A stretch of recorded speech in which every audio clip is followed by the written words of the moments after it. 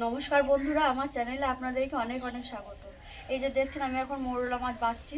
আজকে মৌরলা মাছের বাটি চচ্চড়ি বানাবো।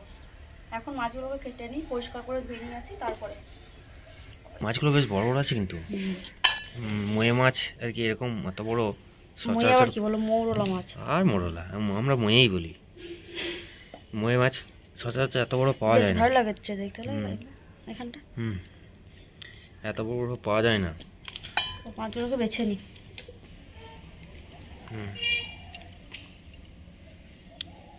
ঠান্ডা তোমার হাতলার কাজ করছে না।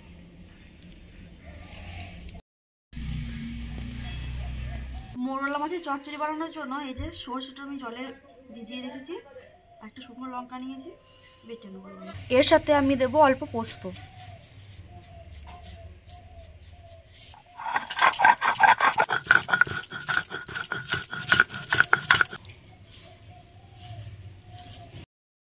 সর্ষে পোস্ত বাটা। এখানে নিয়েছি আলু, সিম, গাজর, ধনেপাতা, টমেটো আর কাঁচা লঙ্কা। সব আমি সরু সরু করে কেটে নিয়েছি, সেদ্ধটা তাড়াতাড়ি হয়ে যাবে। আর এখানে গুঁড়ো মশলা নিয়েছি, জিরে গুঁড়ো, ধনে গুঁড়ো, হলুদ গুঁড়ো, কাশ্মীরি লঙ্কার গুঁড়ো, নুন আর ফোড়নে দেওয়ার জন্য কালো জিরে। মাছগুলোকে তো পরিষ্কার করে ধুয়ে নিয়েছি। এবারে মাখাবো। বাটি চচ্চড়ি, কিন্তু আমি কড়াই চচ্চড়ি করছি, তো তাই এবার সবজিগুলো সব দিয়ে দিয়ে প্রথমে দিচ্ছি আলু, এবার দেবো শিম,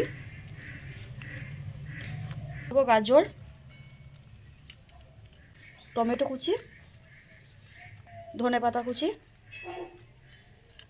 এবার দেবো পেঁয়াজ কুচি, আদা রসুন, কালো জিরে, কাশ্মীরি লঙ্কার গুঁড়ো, জিরে গুঁড়ো, ধনে গুঁড়ো, হলুদ গুঁড়ো আর দেবো নুন।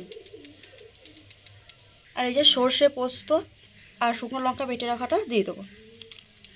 দেবো সর্ষের তেল।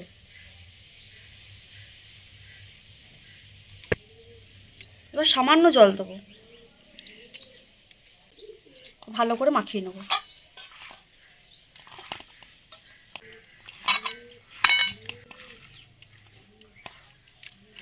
এবারে চাপিয়ে দেবো।